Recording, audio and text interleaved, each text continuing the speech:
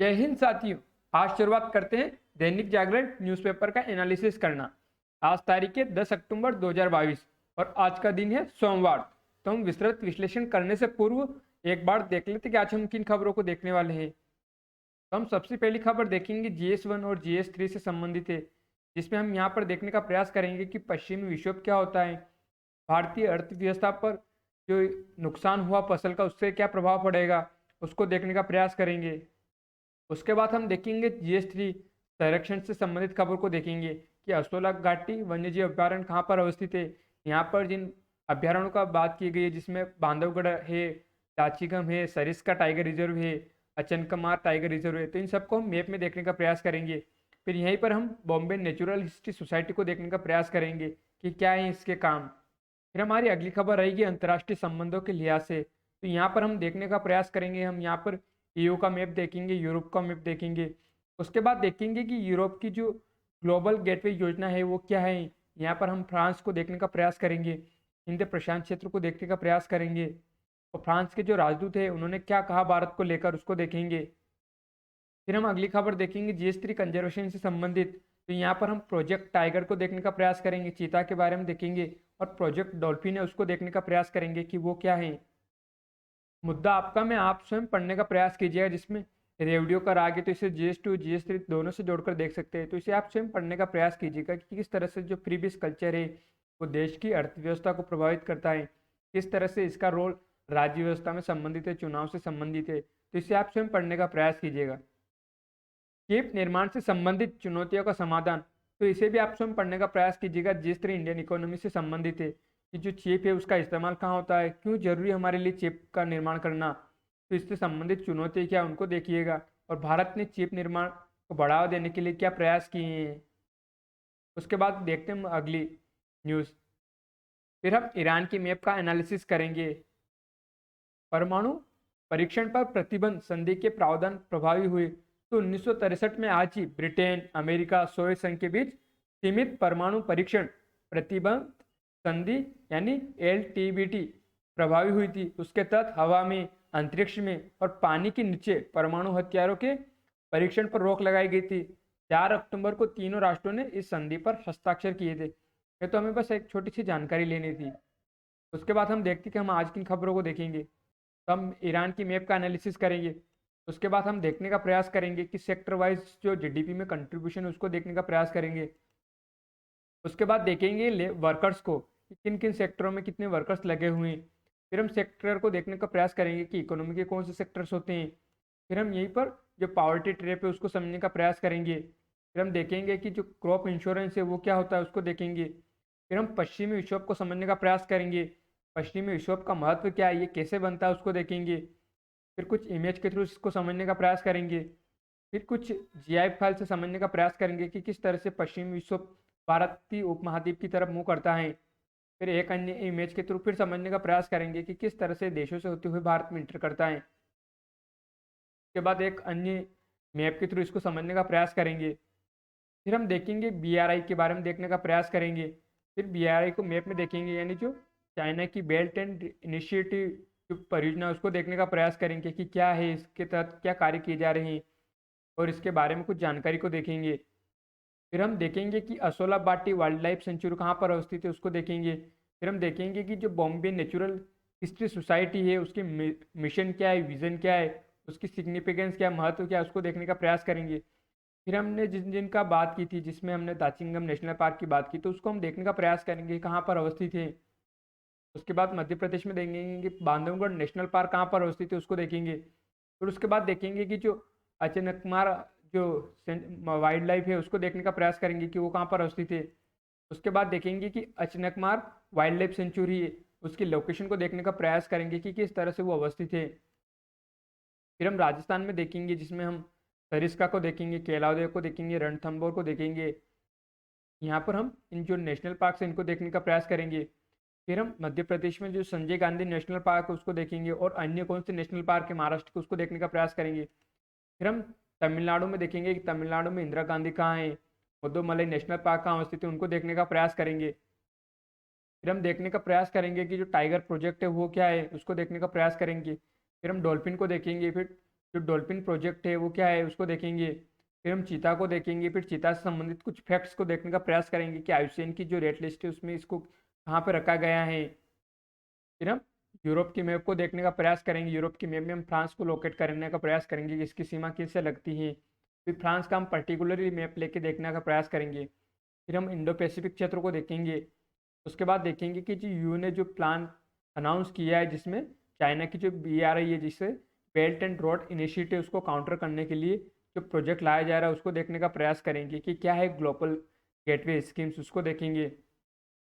फिर अंत में हम गूगल मैप में देखने का प्रयास करेंगे जिन कंट्रीज़ का या जिक्र हम करेंगे या जिन क्षेत्रों को हम खबर में देखेंगे उन सबको हम अंत में जाकर गूगल मैप में देखने का प्रयास करेंगे। तो आइए शुरुआत करते हैं हमारी पहली खबर से। उत्तर भारत में अतिवर्षा का कहर, तो खेतों में खड़ी फसलों को भारी नुकसान, 2-3 दिनों तक जारी रहेगा वर्षा का दौर। तो बेमौसमी वर्षा ने पूरे उत्तर भारत में कहर ढा दिया है, खेतों में खड़ी धान और सब्जी की फसलें को भारी नुकसान पहुंचा है।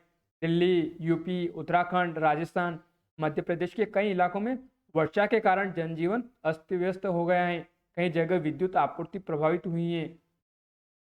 उसके बाद देखते हैं कि किसानों के लिए आफत बनी बारिश, तो अति वर्षा से उत्तर प्रदेश में धान, बाजरा, मक्का की फसलें काफ़ी प्रभावित हुई हैं। आलू, उड़द व सरसों की फसलों को भी नुकसान हुआ है। कानपुर मंडल में खेतों में पानी भरने से तिल, बाजरा सहित अन्य फसलें गिर गई हैं, जबकि सरसों, मक्के की जो कटी फसल में को भी नुकसान पहुंचा है।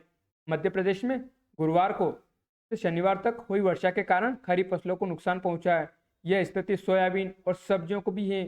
मूंग, उड़द, मसूर की फसल भी इससे प्रभावित हुई है। तो ये हमने जिक्र क्यों किया है, इसको आप देखने का प्रयास कीजिए कि अब ये सब फसल बर्बाद हुई तो इसका क्या कारण बनेगा।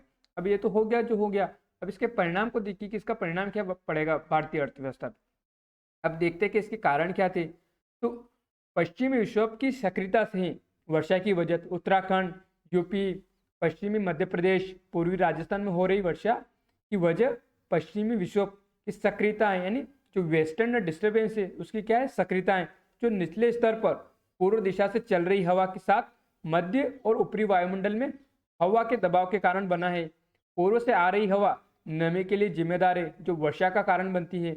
यह गुजरात, पूर्वी राजस्थान में अरब सागर से उत्तराखंड तक दिल्ली क्षेत्र को पार करते हुए पैर पसारती हैं। तो यहाँ पर जिन चीज़ों का बात की अब उनको देखते हैं। अब यहाँ पर हमको पहले इस खबर को देखना है कि इसकी इंपॉर्टेंस क्या है। तो पहले हमको देखना है कि जो बेमौसमी वर्षा हुई है उसका कारण क्या है। अब इससे जो फसल जो बर्बाद हो चुकी है, जिसको नुकसान हुआ, तो उसका क्या असर पड़ेगा, भारतीय अर्थव्यवस्था पर क्या असर पड़ेगा और किसानों पर इसका क्या असर पड़ेगा, तो इन सबको हम समझेंगे। तो ये आप ग्राफ को देखिए, तो इसमें आपको दिखाई दे रहा होगा कि सेक्टर कंट्रीब्यूशन टू जीडीपी। तो आप यहाँ पर देखिए 1950 से दिखाया हुआ 2010 तक। तो आप यहाँ पर देख पा रहे होंगे कि 1950, 1960, 1970 तक और 1980 तक तो सबसे ज़्यादा योगदान कौन देता था, तो एग्रीकल्चर वाले सेक्टर का सबसे ज़्यादा योगदान होता था। उसके बाद कौन सा होता था, उसके बाद होता था सर्विस सेक्टर का, फिर उसके बाद आता था इंडस्ट्री सेक्टर का। अब 1980, फिर 1990 और 1991 में आई है। 1991 क्यों ले रहे हैं हम, तो इसी समय जो एलपीजी की शुरुआत होती है, यानी लिबरलाइजेशन, प्राइवेटाइजेशन, ग्लोबलाइजेशन की शुरुआत होती है। यानी भारत ने जो लाइसेंसिंग परमिट व्यवस्था थी उसे धीरे धीरे समाप्त किया। दूसरी जो विदेशी कंपनियां उनको भारत में आने के लिए न्योता दिया है कि यहाँ आइए, यहाँ पर निवेश कीजिए। अब उसके बाद देखिए आप क्या असर पड़ा। तो जो कृषि क्षेत्र था उसका तो योगदान हमेशा धीरे धीरे घटता ही गया। उसके बाद देखिए कि जो इंडस्ट्री सेक्टर है उसकी भी ग्रोथ अच्छे से नहीं हुई, लेकिन सर्विस सेक्टर को आप देखिए कि सर्विस सेक्टर ने कितनी तेज गति से मूव किया। अब यहाँ पर परसेंटेज में देखिए आपकी कितना योगदान है, तो लगभग 60% के आसपास है, इंडस्ट्री का 27% के आसपास है और कृषि का कितना 14% के आसपास।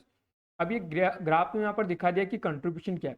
अब इसका पीछे आप जाइए, अब मान लीजिए कि जो सर्विस सेक्टर में काम करेंगे, वो सर्विस सेक्टर में आपको पता है कि वहाँ पर ज़्यादा जो लेबर है उसकी ज़रूरत नहीं होती। अब वहाँ पर कम जो वर्कर है वो काम करते हैं, लेकिन आय सबसे ज़्यादा होती है। अब इंडस्ट्री सेक्टर की एक अच्छी खूबी है कि यहाँ पर जितने लोग काम करते हैं उतना ही पैसा मिलता है। उसके बाद एग्रीकल्चर सेक्टर में देखिए, तो यहाँ पर आप मेहनत करते हैं लेकिन आपको पैसा उतना नहीं मिलता है।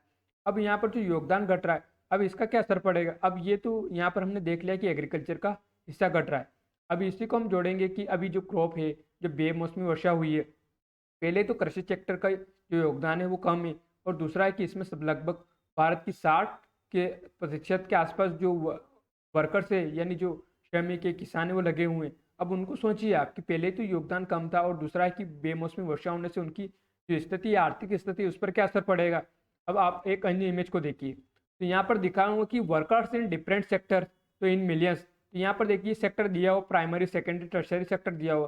फिर ऑर्गेनाइज्ड और अनऑर्गेनाइज्ड को देखिए, तो प्राइमरी सेक्टर में देखिए तो 2 ऑर्गेनाइज्ड है और अनऑर्गेनाइज्ड को देखिए आप तो सबसे ज़्यादा है।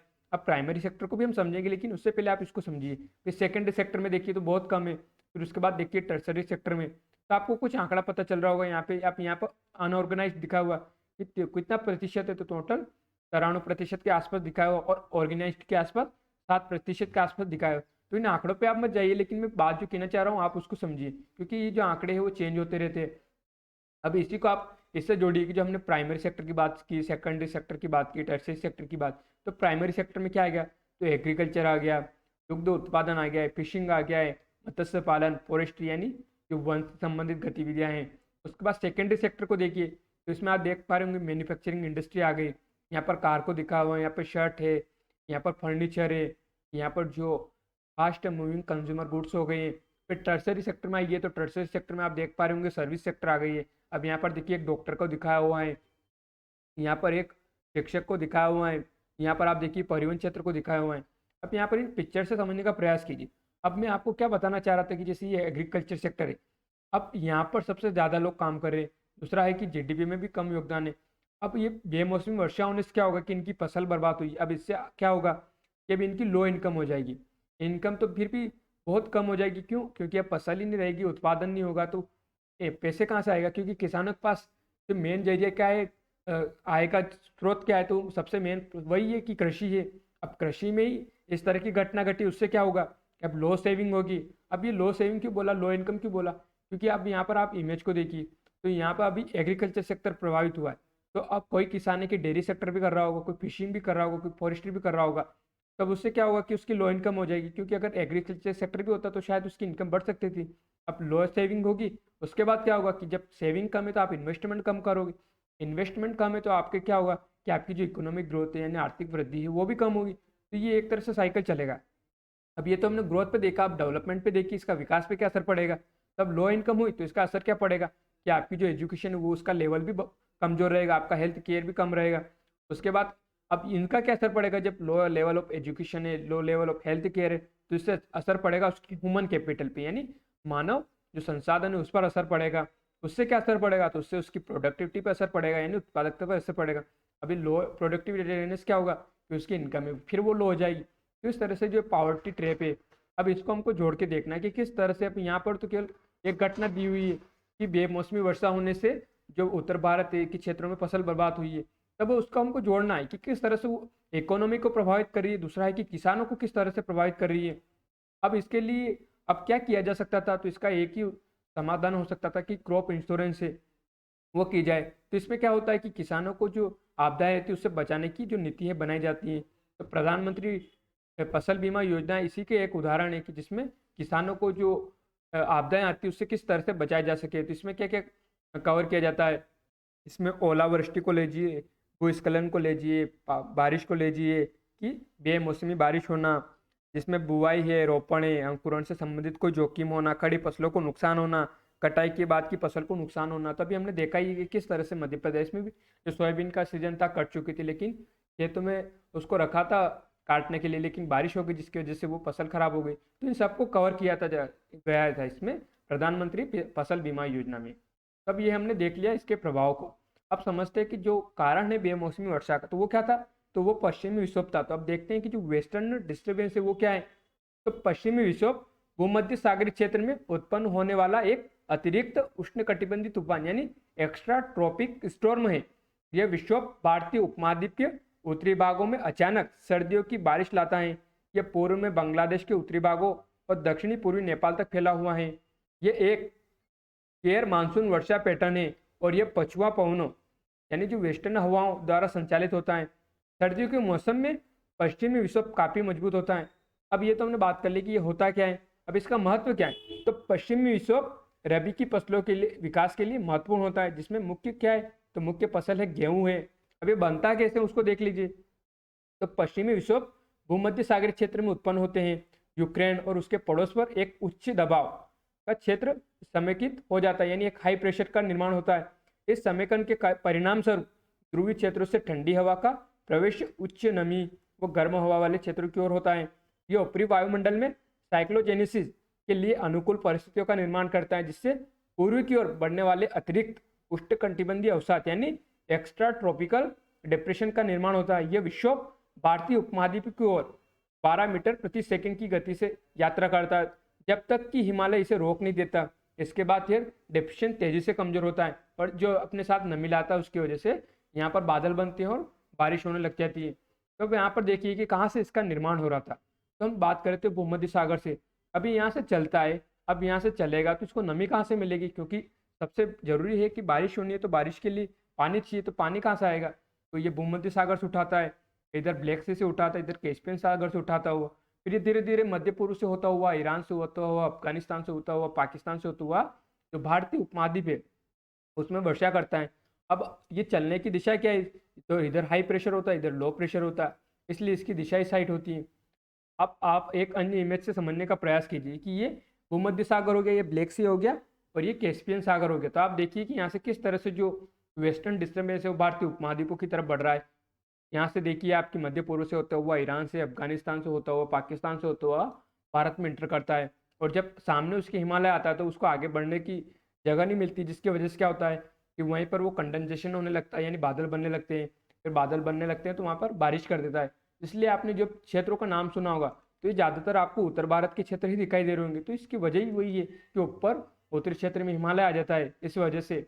अब आप एक अन्य इमेज के फिर थ्रू समझने का प्रयास कीजिए, ये डेवलप कहाँ हो रहा है, तो मेडिटेरियन सी में जो उत्पन्न हो रहा है एक्स्ट्रा ट्रॉपिकल साइक्लोन। अब उसके बाद क्या करता है ये कि धीरे धीरे धीरे मिडल ईस्ट से होता हुआ, ईरान से होता हुआ, अफगानिस्तान से होता हुआ, पाकिस्तान से होता हुआ भारतीय उपमहाद्वीप में एंटर करता है। अब आप देखिए कि इसकी नमी को देखिए यहाँ से कि किस तरह से नमी उठाता हुआ आगे बढ़ रहा है, क्योंकि हमें पता है कि मध्य पूर्व वाला क्षेत्र किस तरह का है, तो एक तरह से रेगिस्तानी वाला क्षेत्र है। तो अब यहाँ पर तो नमी जैसा कोई स्रोत नहीं है, तो स्रोत कहाँ से मिल रहा है, तो ये 3 जगह से इसको स्रोत मिलता है नमी का। उसके बाद आप एक अन्य इमेज के थ्रू और अच्छे समझने का प्रयास कीजिए। आप देखिए कि ये भूमध्य सागर हो गया है, उसके बाद ये ब्लैक सी हो गया है, और ये कैस्पियन सागर हो गया, फिर ये तुर्की है, फिर ईरान, अफगानिस्तान, पाकिस्तान से होते हुए भारतीय उपमहाद्वीप में आता है। अब यहाँ पर देखिए यहाँ उत्तरी क्षेत्र में हिमालय वाला क्षेत्र आ जाता है, फिर यहाँ पर जो नेपाल और बांग्लादेश वाले क्षेत्र में, तो यहाँ पर जो उत्तरी क्षेत्र जिसमें राजस्थान वाला क्षेत्र हो गया, इधर पंजाब, हरियाणा, पश्चिमी यूपी को ले लीजिए आप, मध्य प्रदेश के क्षेत्र को ले लीजिए, तो यहाँ पर बेमौसमी वर्षा करता है। तो इस तरह से इस खबर को हमें देखना था। तो हम बढ़ते अगली खबर पर। असोला घाटी वन्यजीव अभ्यारण्य में दिखे 8 तेंदुए। तो असोला घाटी वन्यजीव अभ्यारण्य में 8 तेंदुओं की गतिविधियां देखी गई हैं। बॉम्बे नेचुरल हिस्ट्री सोसाइटी और दिल्ली के वन और वन्यजीव विभाग की रिपोर्ट के अनुसार अभ्यारण्य को छोटे बड़े स्तनधारियों ने अपना बसेरा बना लिया है, और यहाँ पर तेंदुए, लकड़बग्गा, नीलगाय व अन्य कई प्रकार के जानवर देखे गए हैं। ये तेंदुए मानव उपस्थित वाली जगहों पर सबसे अधिक घूमते पाए गए हैं। अब यहाँ अन्य राष्ट्रीय उद्यानों और बाघ अभ्यारण्यों की तुलना में घनत्व काफी अच्छा है। यहाँ प्रति 100 वर्ग किलोमीटर में 4.5 तेंदुओं का घनत्व है, जबकि बांधवगढ़ राष्ट्रीय उद्यान में यह घनत्व 3.05, दाचिगम राष्ट्रीय उद्यान में 2.8, सरिस्का टाइगर रिजर्व में 3.1, छत्तीसगढ़ के अचानकमार टाइगर रिजर्व में 12.04, तमिलनाडु के मुद्दुमलाई में 13.41 और संजय गांधी राष्ट्रीय पार्क में 26.34 है। तो यहाँ पर अब हम जिन जिन चीज़ों की बात की, जिसमें बॉम्बे नेचुरल हिस्ट्री सोसाइटी की बात की, फिर असोला घाटी जो भाटी वन्यजीव अभ्यारण्य है वो कहाँ पर है, फिर यहाँ पर बांधवगढ़ की बात की, दाचिगम की बात की, सरिस्का टाइगर रिजर्व की बात की, अचनकमार टाइगर रिजर्व की बात की, तमिलनाडु के मुद्दुमलाई की बात की, संजय गांधी नेशनल पार्क की बात की। तो इन सबको हम देखते हैं। तो आप देख पा रहे होंगे ये दिल्ली का मैप हो गया और ये यमुना नदी हो गई, और कहाँ पर अवस्थित है, तो ये रहा असोला घाटी वाइल्ड लाइफ सेंचुरी। तो कहाँ पर अवस्थित है, तो दिल्ली में अवस्थित है। अब यहाँ पर जो बॉम्बे नेचुरल हिस्ट्री सोसाइटी की बात की तो उसको देखते हैं कि वो क्या है, उसके टारगेट क्या है। तो देख लेते हैं कि मिशन, विजन, उसकी सिग्निफिकेंस, महत्व क्या है। तो जो इसकी स्थापना है बॉम्बे नेचुरल हिस्ट्री सोसाइटी की, तो कब की गई थी, तो 1883 में की गई थी, और ये एक गैर सरकारी संगठन है। अब इसकी मिशन को देखते हैं कि मिशन क्या है, तो अनुसंधान करना, उसके बाद शिक्षा, जन जागरूकता पर आधारित कार्रवाई के माध्यम से प्रकृति का संरक्षण करना और मुख्य रूप से किसका, तो जैव विविधता का यानी बायोडाइवर्सिटी का। अब इसकी विजन यानी दृष्टि को देखते हैं तो व्यापक आधार वाले निर्वाचन क्षेत्र के साथ प्रमुख स्वतंत्र वैज्ञानिक संगठन, संकटग्रस्त प्रजातियों और आवासों के संरक्षण में अपना उत्कृष्ट योगदान देना। अब इसके महत्व को देखते हैं यानी सिग्निफिकेंस क्या है इसका, तो Bombay natural history society Bharat में बर्ड लाइफ इंटरनेशनल का भी भागीदार है। इसे विज्ञान और प्रौद्योगिकी विभाग द्वारा वैज्ञानिक और औद्योगिक अनुसंधान संगठन के रूप में नामित किया, यानी scientific and industrial research organisation के रूप में नामित किया है। किसने, department of science and technology ने। इस तरह से हमें देखना था, एक ओवरव्यू लेना था किसका, बॉम्बे नेचुरल जो हिस्ट्री सोसाइटी है उसको। तो ये किसके लिए काम करता है, तो आपने यहाँ पर देख लिया कि कंजर्वेशन के लिए काम करना किसका, तो बायोडाइवर्सिटी का, जैव विविधता का। अब हमने जो बात की थी कि जो दाचिकम नेशनल पार्क है तो वो कहाँ पर अवस्थित है, तो वो जम्मू कश्मीर में अवस्थित है। अब हम जम्मू कश्मीर की ओर को देखिए तो ये कौन सी रेंज हो गई, तो ये काराकोरम रेंज हो गई, ये लद्दाख रेंज हो गई, ये कौन सी हो गई, तो जांस्कर रेंज हो गई, और ये ग्रेट हिमालय वाला क्षेत्र हो गया, और ये पीर पंजाल वाला क्षेत्र हो गया। तब जो दाचिंगम नेशनल पार्क है, जो सिटी फॉरेस्ट है यानी जो सलीम अली नेशनल पार्क है, और काचिंगा नेशनल पार्क है, तो वो कहाँ पर अवस्थित है, तो वो जम्मू कश्मीर में कहाँ पर अवस्थित है, तो वो ग्रेट हिमालय और पीर पंजाल के बीच में अवस्थित है। इसके अलावा और कौन सा है, तो किश्तवाड़ नेशनल पार्क भी अवस्थित है। तो ये ग्रेट हिमालय की किस साइड में अवस्थित है, तो दक्षिण की साइड में, पीर पंजाल के उत्तर की साइड में। फिर यहाँ पर लद्दाख, काराकोरम, जास्कर इन सबके दक्षिण में अवस्थित है। अब आप यहाँ पर इनको देखने का प्रयास कीजिए अच्छे से। फिर हम देखते हैं जो हेमिश नेशनल पार्क है वो कहाँ पर अवस्थित है, तो वो जांस्कर और ग्रेट हिमालय के बीच में अवस्थित है। और इसकी जो ग्रेट हिमालय से दिशा कौन सी, तो उत्तर की दिशा में अवस्थित है। इस तरह से आप इनको देखिए ताकि ये लंबे समय तक आपको याद रह सके, इनको जोड़ने का प्रयास कीजिए, महत्वपूर्ण है।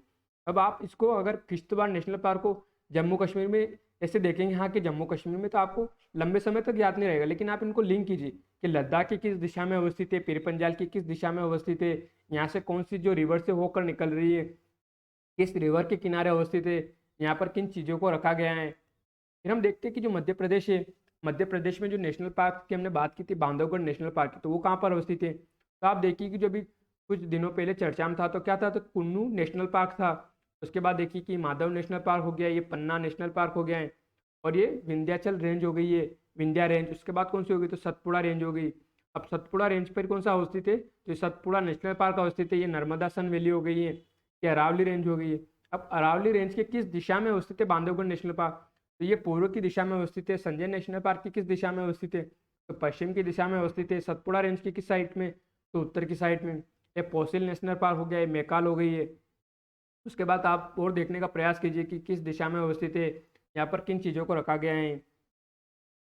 अब हम देखते हैं जो ये अचनकमार की बात की थी हमने, अचनकमार जो कहाँ पर अवस्थित है, तो ये छत्तीसगढ़ में, लेकिन दोनों की सीमा लग रही है यहाँ पर मध्य प्रदेश और छत्तीसगढ़ को। आप देखिए छत्तीसगढ़ के अलावा आप देखिए यहाँ पर मध्य प्रदेश की जिसकी हमने बात की थी अभी, यहाँ पंच नेशनल पार्क हो गया, ये बांधवगढ़ हो गया, पन्ना हो गया है।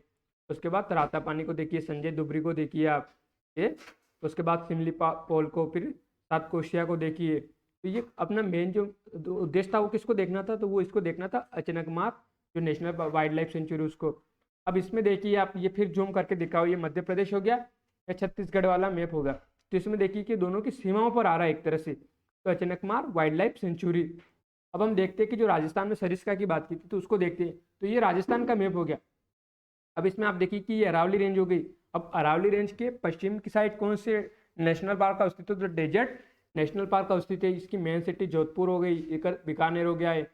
उसके बाद अब हम चलते हैं, इसके जो मेन है ये सरिस्का है, ये जोधपुर के किस दिशा में अवस्थित है, तो उत्तर की साइड। अरावली रेंज के किस दिशा में अवस्थित है, तो पूर्व में अवस्थित है। इधर दिल्ली हरियाणा की किस साइड है, तो दक्षिण की साइड अवस्थित है।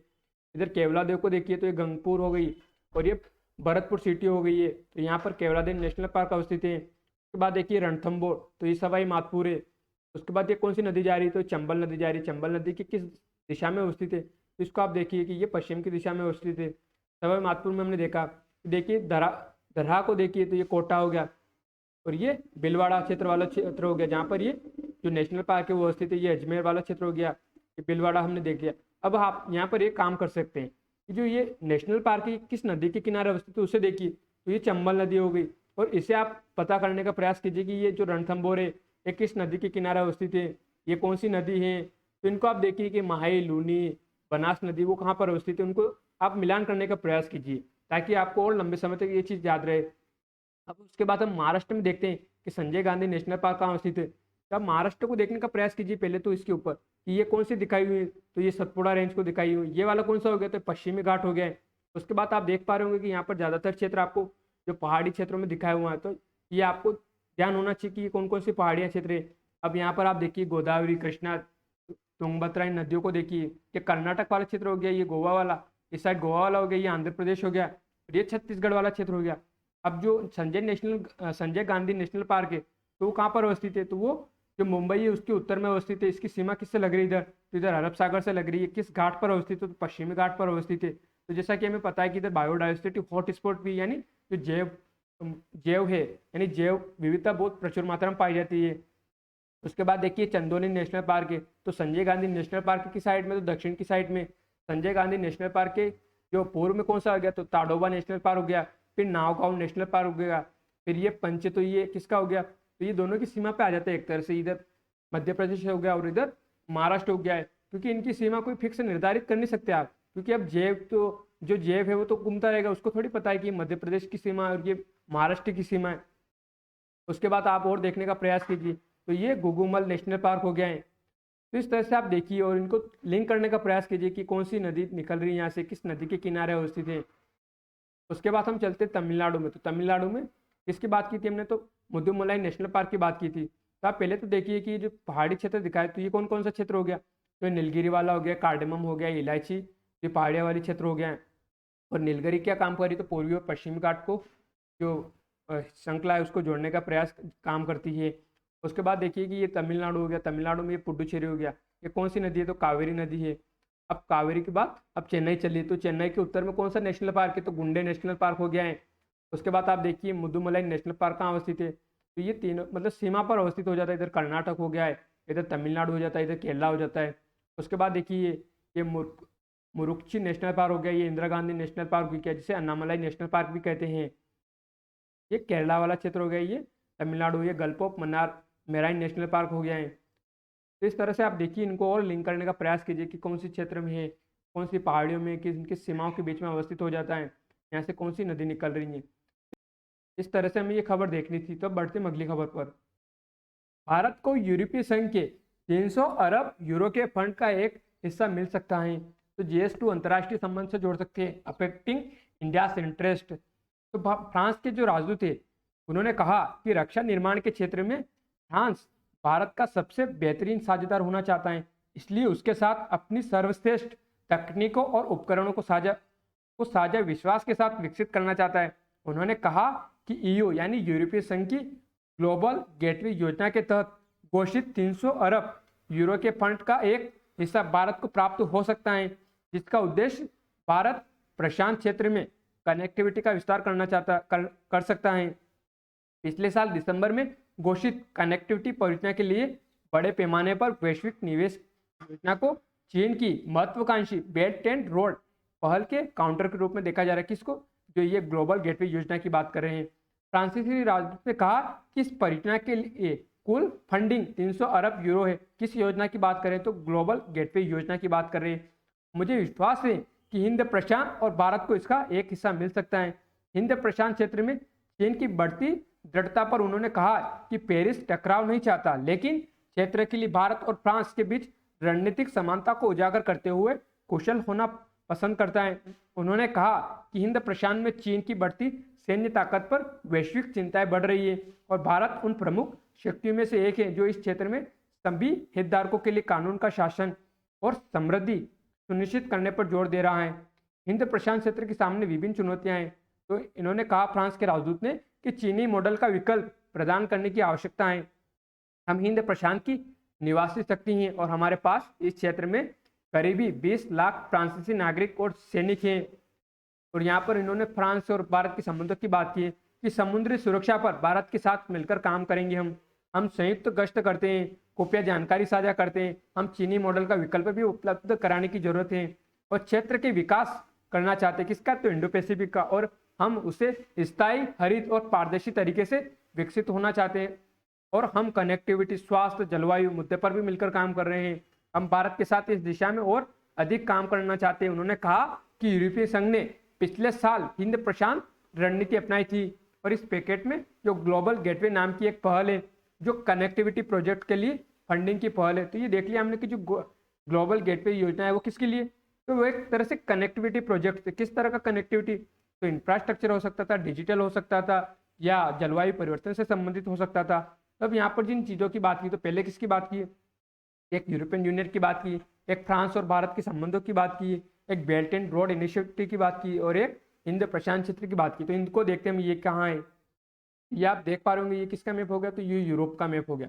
तब आप यूरोप में देखिए कि फ्रांस है। अब फ्रांस की लोकेशन कहाँ है, तो इसकी सीमा किधर लग रही है, तो इधर इसकी सीमा स्पेन से लगती है, इधर इटली से इसकी सीमा लग रही है, स्विट्जरलैंड से इसकी सीमा लग रही है, इधर जर्मनी हो गया, इधर बेल्जियम हो गया है, और इधर लग्जमबर्ग हो गया जिसकी इसकी सीमा लग रही है। उसके बाद इसकी राजधानी को देखिए आप कौन सी हो गई, तो पेरिस इसकी राजधानी हो गई है। उसके बाद आप सीमा को देखिए कि फ्रांस की सीमा किससे लग रही, तो इधर बे ऑफ बिस्के हो गई है, ये इंग्लिश चैनल हो गया जो किसके बीच में है, तो यूके और जो फ्रांस के बीच में हो गया है। उसके बाद देखिए कि इसकी मेडिटेरियन से भी इसकी सीमा लग रही है। मेडिटेरियन सी की किस साइड अवस्थित है, तो उत्तर की साइड में अवस्थित हो जाता है। उसके बाद आप देखिए कि इसकी अटलांटिक ओशन से सीमा लगती है। तो इस तरह से हमें देखना। अब हम देखते हैं, अब बाकी आप यहाँ अन्य कंट्रियों को भी देखिए। यहाँ पर आप यूए को देखने का प्रयास कीजिए कि उसकी कौन सी कंट्री है। उसके बाद यूक्रेन को देखिए, रूस को देखिए, ब्लैक सी को देखिए, भूमध्य सागर को देखिए, इधर कैस्पियन सागर को देखिए किससे सीमा लग रही है। ये चर्चा में बना हुआ है यूक्रेन, तो इसको देखते रहिए कि इसकी सीमा किसके साथ लग रही है। अभी पश्चिमी विश्व की बात की जिसमें हमने भूमध्य सागर की बात की, ब्लैक सी की बात की, कैस्पियन सागर की बात की, तो उनको देखिए कि उनके साथ किसकी सीमा लग रही है। अब हम फ्रांस पे चलते हैं पर्टिकुलरली। अब फ्रांस को देखिए आप, तो इसकी सीमा किससे लग रही है, तो इधर स्पेन से लग रही है। उसके बाद इधर इटली से लग रही है, इधर स्विट्जरलैंड से लगती है, इधर मोनाको से इसकी सीमा लगती है। उसके बाद इधर क्या हो गया, तो जर्मनी हो गया, इधर लक्समबर्ग हो गया, इधर बेल्जियम हो गया। क्या इसकी सीमा नीदरलैंड से लगती है, तो नीदरलैंड से इसकी सीमा नहीं लगती है। उसके बाद देखिए स्पेन और फ्रांस के बीच में कौन सी जो पर्वत श्रृंखला आ जाती है, तो पायरेनिस जो श्रृंखला है वो उन दोनों के बीच में आ जाती है, यानी एक प्राकृतिक सीमा का काम करती है पायरेनिस। उसके बाद देखिए इधर जो इटली और जर्मनी के, माफ कीजिए, फ्रांस के बीच में कौन सी माउंटेन्स है, तो आप देखिए ये अल्पस माउंटेन्स हो गई है, ये माउंट ब्लैंक जो इसकी ऊंची चोटी हो गई। फिर स्विट्जरलैंड और फ्रांस के बीच में देखिए तो जोरा माउंटेन्स हो गई है, ये मैसिव सेंट्रल वाला क्षेत्र हो गया है। उसके बाद देखिए ये राइन क्षेत्र है, तो राइन क्षेत्र से इसकी सीमा लग रही है। उसके बाद इसकी राजधानी फ्रांस है, किस नदी के किनारे अवस्थित है, तो सीन नदी के किनारे अवस्थित है। उसके बाद आप देखने का प्रयास कीजिए, इधर अटलांटिक ओशन हो गया है, ये बे ऑफ बिस्के हो गया है, जो किसके बीच में आ गई, तो फ्रांस और स्पेन के बीच में आ जाती है। तो फ्रांस है, फ्रांस में से जो प्राइम मेरिडियन है वो होकर गुजरती है। इसकी राजधानी इसकी किस दिशा में आ जाती है, तो इसके पूर्व की दिशा में आ जाती है। उसके बाद आप इसके जो इंग्लिश चैनल को देखिए और ये डोवर को देखिए, जो दोनों को जोड़ने का काम कर रही है। मतलब इंग्लिश चैनल है जो दोनों को मतलब अलग करता है, एक यूके को और एक फ्रांस को। अब ये जोड़ने का काम किसको करता है, तो इधर नॉर्थ से आ जाता है और इधर अटलांटिक ओशन आ जाता है। तो यहाँ पर देखिए आप, ये नॉर्थ से हो गया और ये अटलांटिक ओशन हो गया, जिनको दोनों को जोड़ने का काम कर रही है। उसके बाद आप और भी देख सकते हैं, यहाँ पर इनकी नदियों को देखने का प्रयास कीजिए कि ये लोट रिवर्स हो गई, ये कहाँ जाकर गिरी, तो अटलांटिक ओशन में जाकर गिर रही है। चीन रिवर है वो कहाँ जाकर गिरती है, तो इंग्लिश चैनल में जाकर गिरती है। उसके बाद आप देखिए सेनो रिवर, यानी SONE रिवर से जो कहाँ जाकर गिर रही है, तो ये अटलांटिक ओशन में जाकर गिर रही है। ये लियोन हो गया है, ये मेडिटेरियन सी यानी भूमध्य सागर हो गया है। तो इस तरह से आप देखिए इसको मैप को। अब हम देखते हैं जो इंडो पैसिफिक क्षेत्र की बात की, तो इंडो पैसिफिक यानी इंडियन ओशन और पैसिफिक ओशन दोनों को मिलाकर बनता है इंडो पैसिफिक ओशन। तो इसमें देखिए इसमें कौन सा क्षेत्र आ रहा होगा, इसके हम जैसे ये प्रशांत महासागर हो गया, इधर इंडियन ओशन हो गया। तो इसकी इंपॉर्टेंस को समझिए, आपकी इसकी इंपॉर्टेंस क्या है। तो आप यहाँ पर देख रहे होंगे जो मेजर कंट्रीज से डेवलपिंग कंट्रीज, भारत हो गया, इधर से चाइना हो गया, इधर से जापान हो गया, उत्तर कोरिया हो गया, इधर आसियान कंट्रीज हो गई, इधर ऑस्ट्रेलिया हो गया है, इधर पैसिफिक आइलैंड्स हो गए। तो ये अवस्थित है। यहाँ पर जो साउथ चाइना सी उसको विवाद रहता है, तो विवाद का कारण क्या है, तो उसका एक मत्स्य है, एक ऑयल एंड गैस पेट्रोलियम के भंडार पाए जाना, दूसरा है कि यहाँ पर मलक्का स्ट्रेट है, तो उससे ज़्यादातर व्यापार इसी से होकर होता है, इंडियन ओशन और पैसिफिक ओशन से। तो इसकी इंपॉर्टेंस को भी देखिए कि हर बार चर्चा में क्यों बना रहता है, इसका विवाद का कारण क्या है, तो उसको देखिए तो आपको इसकी महत्ता से समझ में आएगा कि इसके विवाद के कारण क्या है। अब हम देखते हैं कि जो योजना थी ग्लोबल गेटवे वो क्या है। यूरोपीय संघ ने चीन को टक्कर देने के लिए वैश्विक रणनीति की योजना बनाई है। तो अब देखते हैं कि कौन सी योजना है। तो यूरोपीय संघ ने बड़े पैमाने पर वैश्विक निवेश योजना की घोषणा की, जिसे व्यापक रूप से चीन के belt and red road initiative यानी BRI के प्रतिद्वंदी यानी एक तरह से काउंटर के रूप में देखा जा सकता है।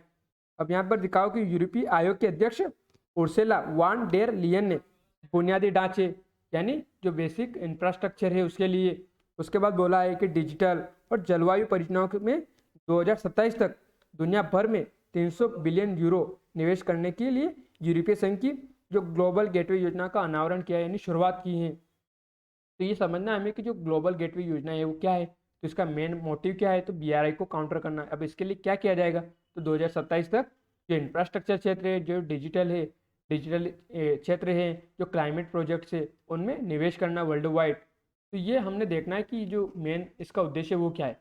अब जो बीआरआई की बात की उसको देखते हैं, तो बीआरआई के बारे में देखते हैं, यानी बेल्ट एंड रोड इनिशिएटिव। तो कब शुरुआत की गई, तो 2013 में शुरुआत की गई थी। एक मल्टी अरब डॉलर की पहल है। इसका उद्देश्य दक्षिण पूर्व एशिया, मध्य एशिया, खाड़ी क्षेत्र, अफ्रीका, यूरोप के भूमि एवं समुद्री मार्गों के नेटवर्क से जोड़ना। इसका उद्देश्य विश्व में बड़ी बुनियादी ढांचा परियोजनाओं को शुरू करना, जो बदले में चीन के वैश्विक प्रभाव को बढ़ाएगा। रेलवे, बंदरगाह, राजमार्ग और अन्य बुनियादी ढांचे जैसे बीआरआई परियोजनाओं में सहयोग के लिए 100 से अधिक देशों ने चीन के साथ समझौते हस्ताक्षर किए। अब बीआरआई के तहत कौन सी गतिविधियां की जाती है, तो इसमें 5 प्रकार की गतिविधियां शामिल है। तो नीति समन्वय, व्यापार संवर्धन, बौद्धिक संपर्क, फिजिकल कनेक्टिविटी और चीन की मुद्रा का अंतर्राष्ट्रीयकरण करना और पीपल टू पीपल संपर्क बढ़ाना। तो ये इसकी कुछ गतिविधियां रही है। अब बीआरआई के तहत मार्ग कौन से, तो एक है new silk road economic belt. इसमें चीन के उत्तर में व्यापार और निवेश केंद्र शामिल है, जिसमें म्यांमार, भारत के माध्यम से यूरेशिया तक पहुंच बनाना। यूरेशिया यानी यूरोप और एशिया का जो क्षेत्र है। मेरीटाइम सिल्क रोड, ये दक्षिण चीन सागर से शुरू होकर भारत, चीन, दक्षिण पूर्व एशिया की ओर जाती हैं और फिर हिंद महासागर के पास फिर अफ्रीका से यूरोप तक पहुंचती हैं। अब इसमें आप देखिए, जब हमने मेरीटाइम सिल्क रोड की बात की और चाइना पाकिस्तान इकोनॉमिक कॉरिडोर और न्यू सिल्क रोड को देखिए, तो ये चाइना वाला मैप हो गया। आप मेरीटाइम सिल्क रोड को देखिए तो कहाँ से शुरुआत होती है, तो साउथ चाइना सी से होते हुए फिर इधर मलेशिया, मलक्का स्टेट से होते हुए इधर बंगाल की खाड़ी, अरब सागर यानी इंडियन ओशन से होते हुए इधर इसने किसको जोड़ लिया, तो इधर दक्षिण पूर्व एशिया को इसने कनेक्ट कर लिया, फिर उसको भारत से कनेक्ट कर लिया, फिर इधर श्रीलंका का कोलंबो पोर्ट ले लिया, फिर उसके बाद इधर बढ़ा ये अफ्रीका में कनेक्टिविटी बढ़ाने के बाद ये फिर लाल सागर से होते हुए, ये बाप मंडप की जो स्टेट है उससे होते हुए, स्वेज कैनाल से होते हुए किससे कनेक्टिविटी बढ़ा रहा है, तो फिर यूरोप से कनेक्टिविटी बढ़ा रहा है। उसके बाद इधर न्यू सिल्क रोड को देखिए तो चाइना है, फिर ये इधर जो किससे, तो सेंट्रल एशिया से नहीं मध्य एशिया से बढ़ा रहा है। उसके बाद ये धीरे धीरे मध्य पूर्व के क्षेत्र से होते हुए यूरोप तक अपनी कनेक्टिविटी बढ़ा रहा है। तो इस तरह से देखिए, अब ये चाइना पाकिस्तान इकोनॉमिक कॉरिडोर ये भी बीआरआई का हिस्सा है, जिसमें देखिए कि खासकर जो क्षेत्र है चाइना का, वहाँ से जो ग्वादर है पोर्ट है पाकिस्तान को, उसको जोड़ने का काम कर रहा है, ताकि इसका जो विकल्प है ये इधर से साउथ चाइना से होते हुए मलक्का स्टेट से होते हुए इतना जो रास्ता उसे कवर करना पड़ रहा है। तो वो यहाँ पर विकल्प ढूंढ रहा है कि इसका किस तरह से विकल्प ढूंढा जा सकता है। उसके लिए उसने जो CPEC यानी चाइना पाकिस्तान इकोनॉमिक कॉरिडोर है उसको बनाने की शुरुआत कर दी, जिससे क्या हो कि इसका विकल्प ढूंढा जा सके। अब भारत विरोध क्यों करता है, क्योंकि पाक ऑक्यूपाइड कश्मीर है, हमारा क्षेत्र है, और वहाँ पर जो पाकिस्तान और चाइना की जो परियोजना है वो एक तरह से गैर कानूनी है, तो इसलिए भारत उसका विरोध करता है। तो इस तरह से हमें इस खबर को देखना था। तब बढ़ते हैं अगली खबर पर। प्रोजेक्ट टाइगर की तर्ज पर शुरू होगा प्रोजेक्ट डॉल्फिन। तो वन्य जीवों के संरक्षण को लेकर छिड़ी मुहिम में प्रोजेक्ट टाइगर और प्रोजेक्ट चीता के बाद अब प्रोजेक्ट डॉल्फिन की भी दस्तक होने वाली है। वन एवं पर्यावरण मंत्री ने इसकी योजना तैयार कर ली है। देश में गंगेजेटिक डॉल्फिन को सही संख्या सामने आने के बाद इसकी शुरुआत होगी, ताकि परियोजना की प्रगति को भी जांचा जा सके। देश भर की नदियों में डॉल्फिन की गणना का काम तेजी से चल रहा है। माना जा रहा है कि देश में डॉल्फिन की संख्या करीब 2000 है। डॉल्फिन की संरक्षण की यह परियोजना टाइगर प्रोजेक्ट के तहत डिजाइन की गई है। देश में एक ही डॉल्फिन सेंचुरी है जो गंगा में भागलपुर से सुल्तानगंज के बीच है, और अभी देश में सबसे ज़्यादा डॉल्फिन इसी क्षेत्र में पाई जाती है। तो यहाँ पर तो छोटा सा विवरण दे दिया। अब हम देखते हैं कि जो प्रोजेक्ट टाइगर वो क्या है, प्रोजेक्ट डॉल्फिन क्या है, चीता के बारे में देखेंगे। उसके बाद तो आप देखिए ये कौन हो गया, तो टाइगर हो गया है। उसके बाद देखते हैं कि जो प्रोजेक्ट टाइगर है वो क्या है।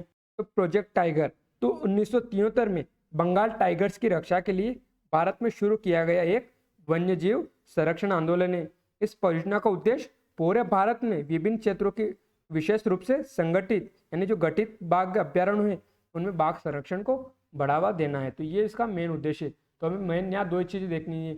कब शुरुआत किया गया है, 1973 में। क्यों शुरुआत किया गया है, तो बंगाल टाइगर्स को बचाने के लिए शुरुआत किया गया है।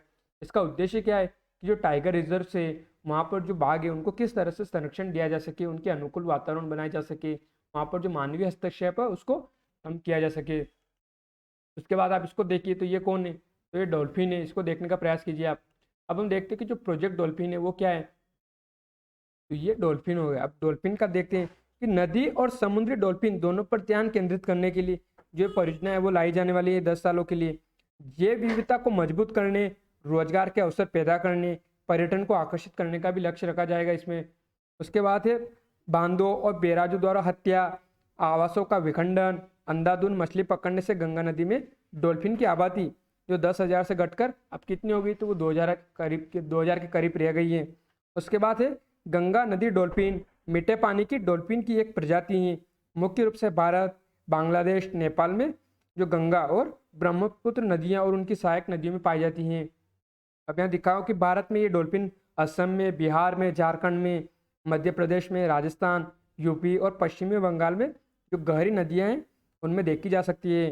गंगा नदी डॉल्फिन आधिकारिक तौर पर 1801 में खोजी गई थी। केवल ये मीठे पानी में रह सकती हैं।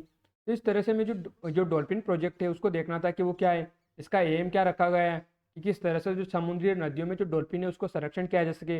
इसका उद्देश्य क्या रहेगा कि बायोडाइवर्सिटी को किस तरह से बढ़ाया जा सके, एम्प्लॉयमेंट की जो अवसर है उसको किस तरह से और बढ़ाया जा सके, किस तरह से पर्यटन है उसको आकर्षित किया जा सके, किस तरह से जो उनका आवास नष्ट हो रहा है उसको बचाना है, और किस तरह से जो अंधाधुंध मछली हो रही है उनको रोकना है, और जो प्रदूषण के कारण जो गंगा नदी का जो स्तर है प्रदूषण का वो बढ़ता जा रहा है उससे रोकना, ताकि उसकी वजह से जो गंगा नदी में जो डॉल्फिन है वो प्रभावित होती हैं, उनके स्वास्थ्य पर बुरा असर पड़ता है। फिर हमने देख लिया कि भारत में कहाँ कहाँ है।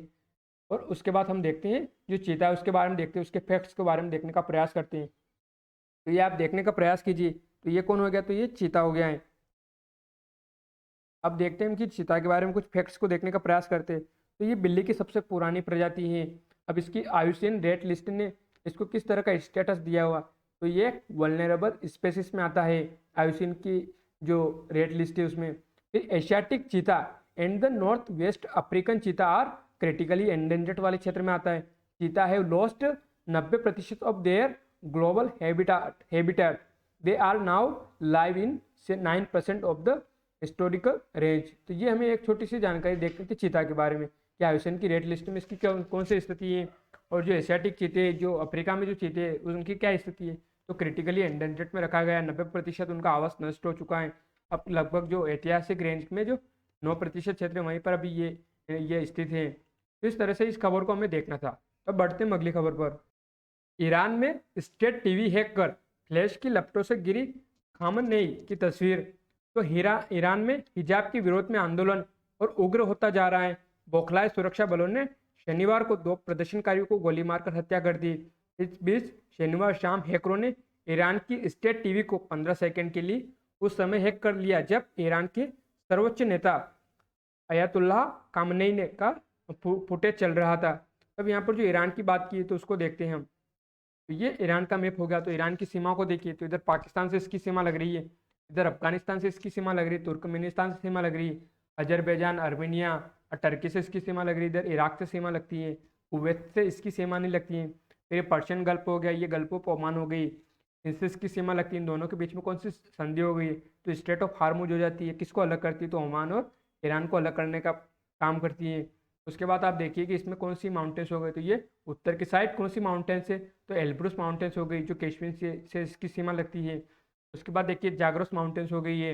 उसके बाद देखिए इसमें कौन से रेगिस्तान है, तो ये दस्त ए लूट, ये दस्त ए काविर, जो ये रेगिस्तान वाले क्षेत्र हो जाते हैं। ये बंदर अब्बास को देखिए इसकी महत्वपूर्ण पोर्ट हो गए हैं। ये शिराज, ये बुशहर, यहाँ पर जो चाबार पोर्ट है जिसका भारत विकास कर रहा है। उसके बाद देखिए इसकी कुछ महत्वपूर्ण सिटी, तो इस्पाहान हो गई, इसकी राजधानी कौन सी होगी, तो तेहरान हो गई है।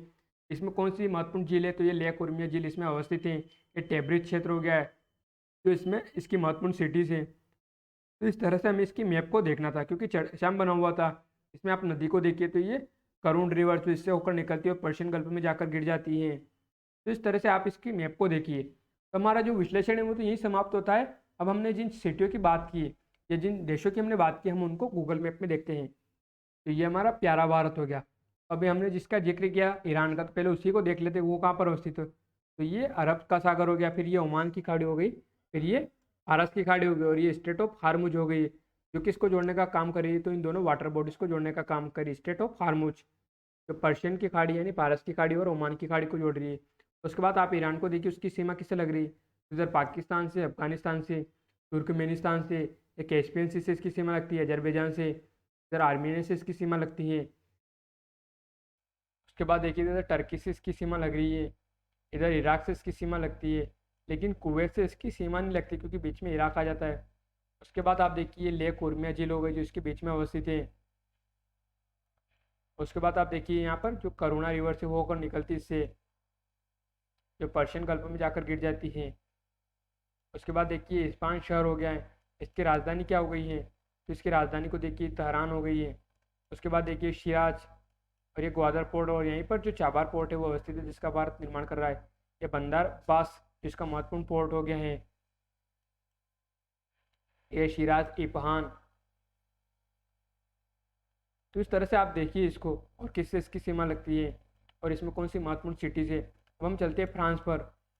तो ये फ्रांस यानी ये यूरोप का मैप आ गया है। अब आप यूरोप मैप को देखिए, तो ये ब्लैक सी, ये कैस्पियन सी, ये भूमध्य सागर हो गया है। अब इसको फ्रांस को देखिए, इसकी सीमा किससे लग रही है, इधर तो इधर स्पेन हो गया, और इन दोनों के बीच में कौन सा शहर हो गया, तो अंडोरा शहर हो गया जो लैंडलॉक कंट्री है। उसके बाद देखिए ये मोनाको शहर हो गया है, तो ये कहाँ पर मतलब अवस्थित है, तो ये फ्रांस की किस दिशा में अवस्थित है, तो फ्रांस की दिशा में देखिए आप, ये पूर्व की दिशा में अवस्थित है। उसके बाद देखिए इसकी सीमा इधर इटली से सीमा लगती है इसकी। उसके बाद देखिए इधर स्विट्जरलैंड आ गया है, स्विट्जरलैंड के बाद इधर किससे सीमा लग रही है, तो इधर जर्मनी से इसकी सीमा लग रही है। उसके बाद आप देखिए इधर लग्जमबर्ग आ गया, बेल्जियम में इसकी सीमा लग रही है। उसके बाद पेरिस है जो किस नदी के किनारे अवस्थित है, तो इस सीन नदी के किनारे अवस्थित, तो आप देख पा रहे होंगे ये नदी सीन नदी। उसके बाद देखिए ये कहाँ जाके गिरती है, तो इंग्लिश चैनल में जाके गिरती है। ये बिस्के की खाड़ी कहाँ गई, तो ये स्पेन और जो फ्रांस इन दोनों के बीच में आ जाती है। ये इंग्लिश चैनल किन को अलग कर रहा है, तो ये यूके और फ्रांस को अलग करता है। और यहाँ पर जो ये किसको जोड़ने का काम कर रहा है, तो ये इधर के अटलांटिक सागर हो गया, और इधर नॉर्थ सी, इन दोनों को जोड़ने का काम करता है। उसके बाद आप देख सकते हैं यहाँ पे अल्पास माउंटेन्स आ गई, यहाँ पर पेरिनीस जो माउंटेन्स है वो अवस्थित है। इसका फिजिकल मैप देखिए आप, तो आप फिजिकल मैप को देखने का प्रयास कीजिए। तो ये क्या हो गई, तो ये स्पेन वाला क्षेत्र हो गया। आप ये देखिए कि यहाँ पर किस तरह की जो माउंटेन क्षेत्र वो आपको दिखाई दे रहा होगा। तो ये कौन सी होगी, तो ये पेरिनीस दिखा रखा है कि ये पेरिनीस राष्ट्रीय उद्यान होगा, और पेरिनीस जो माउंटेन्स है वो यहीं पर अवस्थित है। उसके बाद आप देखिए ये अल्पस को देखने का प्रयास कीजिए। ये देखिए स्विट्जरलैंड और ये इटली वाला क्षेत्र आ गया, यहाँ पर देखिए आप।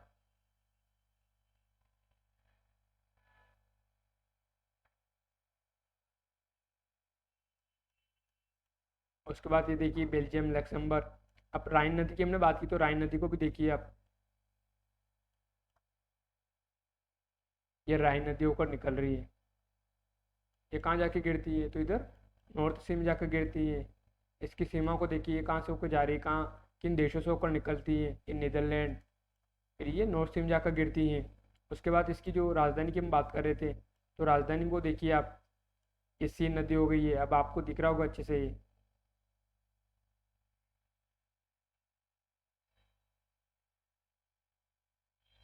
अब इसका ऊपर से आप देखने का प्रयास कीजिए कि किस तरह का इसका मतलब इंफ्रास्ट्रक्चर है, यहाँ का किस तरह से विकास किया है इन्होंने एकदम।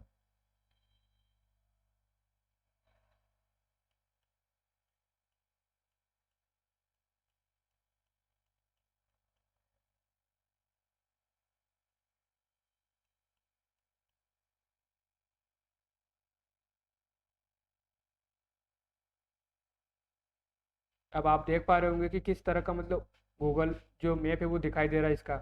तो भारत का ऐसा क्यों नहीं है, तो उसको आप देखने का प्रयास कीजिए क्या वजह है कि भारत का ऐसा इंफ्रास्ट्रक्चर नहीं दिखाई देता। और यूरोप के देशों को आप देखेंगे तो एकदम क्लियर दिखाई देता है विकास। आप देखिए कि किस तरह से इनकी डिजाइन की हुई इन्होंने अपनी सिटी की।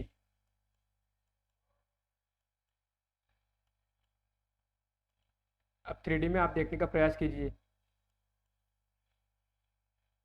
ये देखिए लग्जमबर्ग का गार्डन हो गया है, ये लग्जमबर्ग पैलेस हो गया है, तो देखिए आप इसको। अब यहाँ पर आप होम को भी देखिए, तो होम की डिज़ाइन कितनी शानदार बना रखी है यहाँ पर आप देखिए। मतलब यहाँ का विकास को देखिए आप किस तरह से, मतलब इन्होंने एक वेल प्लान तरीके से किस तरह से सिटी का निर्माण किया है। और जो हमारे यहाँ हुआ वो एक तरह से अनियोजित विकास हुआ है।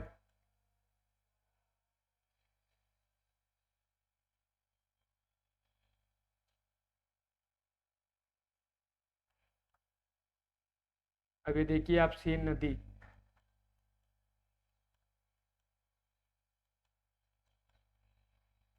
किस तरह से इन्होंने कनेक्टिविटी कर रखी है अपने इस शहर को जोड़ने के लिए सीन नदी पर।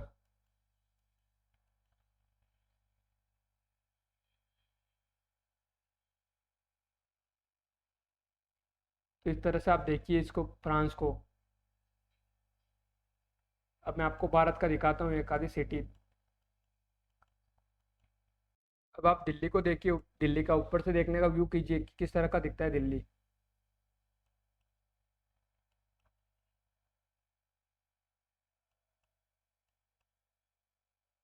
अब यहाँ पर देख पा रहे होंगे कि वहाँ पर फ्रांस का और यहाँ पर कितना अंतर आता है।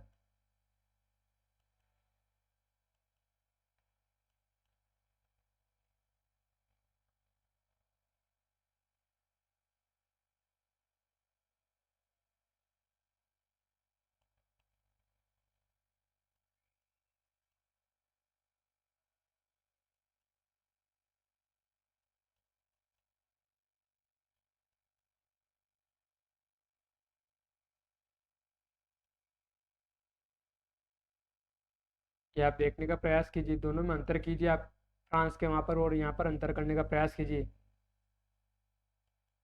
फिर इनके लिए स्मार्ट सिटी क्यों लाई जाती है, तो आप देख पा रहे होंगे दोनों में कितना बड़ा फर्क आता है।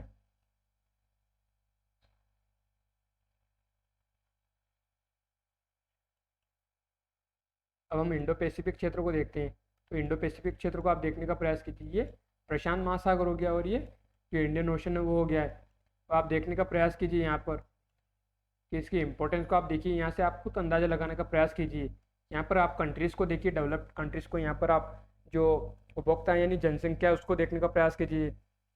यहाँ पर साउथ चाइना सी में आप देखिए कि यहाँ पर जो ऑयल है, पेट्रोलियम है, गैस के भंडार है। दूसरा यहाँ पर आप मलक्का स्ट्रेट को देखिए, किससे कितना बड़ा व्यापार होकर यहीं से निकलता है। उसके बाद देखिए कि इसकी सामरिक जो स्थिति वो क्यों महत्वपूर्ण हो जाती है। इधर पैसिफिक आइलैंड्स को आप देखिए। तो इस तरह से आप इसका अब एनालिसिस कीजिए अच्छे से। तो हमारा जो विश्लेषण ये समाप्त करते हैं। धन्यवाद।